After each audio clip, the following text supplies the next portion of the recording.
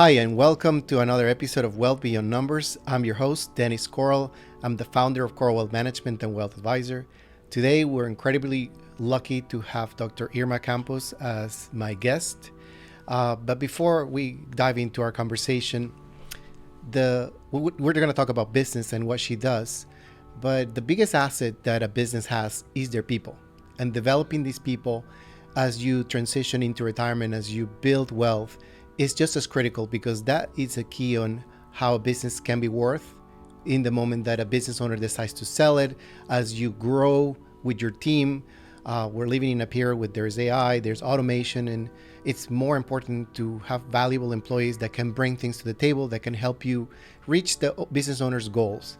So with that in mind, we decided to select Dr. Irma Campos as our guest. She is the owner of Growth Span Consulting. She is a doctor in psychology, and she's actually a business psychologist. So let's start with that.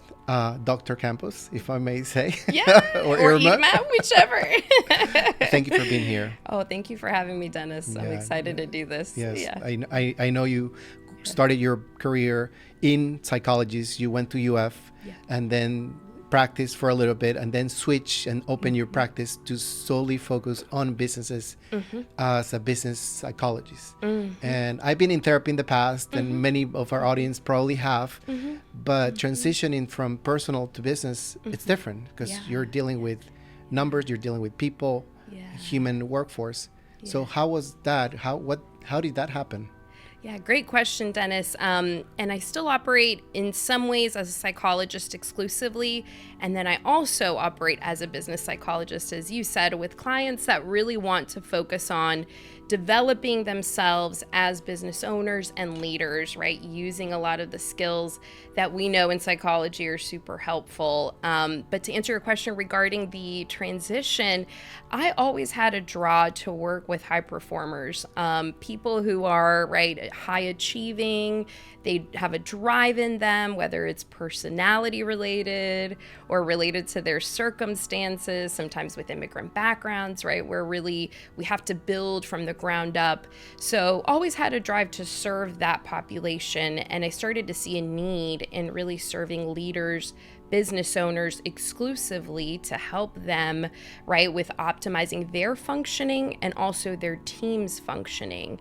But not just at a surface level of performance, also to dive in deeper in terms of their thoughts, their emotions, their actions, their relationships. And that's what I love about business psychology, is it allows us to dive in deeper into understanding the human and the human behavior, right, elements of a team, but also helping us reach specific business outcomes, similar to, the work that you probably do as a wealth management advisor. Yes, it does. I mean, you're dealing with people, and you're dealing with personalities, and you're dealing with constant change. That's just about every business is today. Yes. Especially rapidly. In the world we're living. Yeah. But why is that important? Why is the work that you do so important for a business? Is it something that you think about when you're a large organization with 100 employees, 1,000 employees? Is it something that you do early on? And why does it matter? Both. I think it should be something that we're thinking about even as we're building a business early in the stages. The infrastructure of how we manage people will be critical in the valuation of the business, in the efficiency of the business, in the productivity of the business. And even, right, in our day and age with automation and AI, as you were talking about earlier, the things that are really going to differentiate businesses that are, doing well from extremely well and successful are still going to be the things that are human, right, related, like interpersonal skills, critical thinking. That's going to still yield positive business outcomes like enhanced productivity, less turnover costs. Because if we can hold on to our high performers that are deploying, automation, that are also leading others, then we're ultimately going to be able to be more productive as businesses. Okay, that makes sense. That makes sense. So when you walk into a business, I saw that you make assessments on the business. That's then right. you do also leadership development, That's right. and you also do, and don't quote me on this, human capital, no, human development. So Yeah. how does that each area help a business? I Yeah. mean, the assessments I understand, because we do assessments Awesome. with our clients as we meet them. We want to understand, get to know them, what their Yes. goals are, what their objectives as an individual as they Yeah. transition to retirement. But how, in your side, how does that help a business owner as far as assessments? Yeah. What are you looking for? What is it that you're trying to uncover?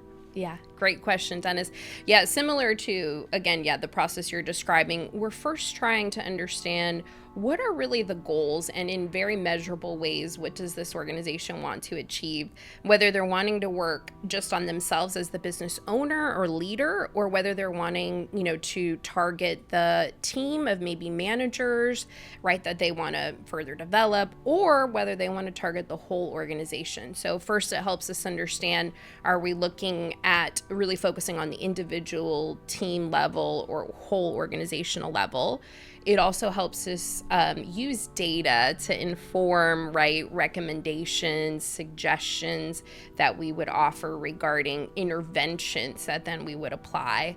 And we do use some standardized assessments that allow us to, kind of like more scientifically evaluate where is that particular leader in organization when it comes to, for example, how they're being perceived by their team. So those are called 360 assessments, where we're able, right, with the leader to assess, how is their team, the direct reports, peers, even like if there's a supervisor, how are they being viewed from the skills that are important in their leadership role? And so we inform, that assessment, that whole assessment process informs then the work that we do. It provides a roadmap of sorts. And one thing that I also love to think about, right, thinking of the psychology of it all, is that it allows us to understand like the client's perception of the problem. And from that vantage point, we can really try to help create solutions collaboratively, because first we have to understand what is that person perceiving the problem to be, right? Whether it's accurate or partially accurate, we want to know how can we communicate and collaborate together. And then from there, right, putting our brains together, provide some solutions of sorts. That's really cool. That sounds interesting. So the tests that you mentioned are not just the personality test that you would do to see where you are and where you fit. Right. It's also about right. improving where they are to where they could be. Yes. Would a business owner look at hiring you and bringing you on the team to do these assessments and these development when they're struggling, as they're growing, or when they feel that they want to sell the business? Mm-hmm. Yeah. Again, I think the answer is all of the above, and it depends on if they're prepared to grow. The biggest, I think, factor is, are they prepared to expand or grow in some way, particularly their team? Then that's the ideal time to bring us in, right? Some type of expansion, some type of formal development that they want their team to engage in, and that they want to have some infrastructure in place.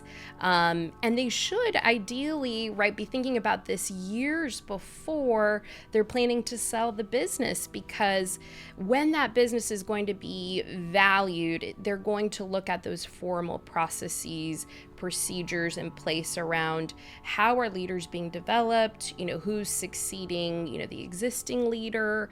So those are all things that we should ideally as business owners be thinking about, but there does have to be some level of readiness to grow and to really kind of dive in deep into oneself as a business owner and leader, because it's not easy work. You talked about doing therapy, I've done it as well, even as a psychologist. It's not always easy to look at ourselves.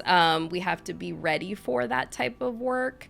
Not that this is therapy, but we're still looking, right, taking a deep dive into ourselves when we're doing leadership development and organizational development individually. So that's very cool.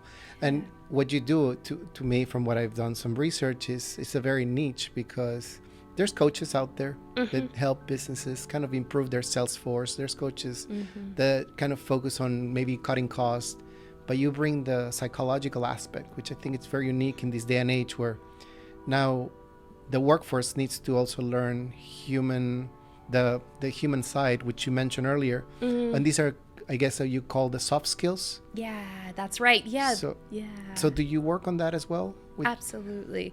Yeah, especially that's primarily our area of focus is what we call interpersonal skills. So how you build relationships, how you persuade, how you influence not just your team, but also clients, right? When you're working on building those relationships and also partnerships, I think those are also critical as small to mid-sized business owners are developing the partnerships that they create. So we help that in that area. We also help in the area of what we call cognitive skills, including executive functioning, those are higher order skills of our mind that allow us to plan and organize and manage our time effectively. So we help leaders use a lot of those skills and develop them so they can translate that directly to business outcomes. We also help individuals with, kind of having more strategic skills as a leader. We're often caught in, the day-to-day of a business, I think, when we're small to mid-sized business owners.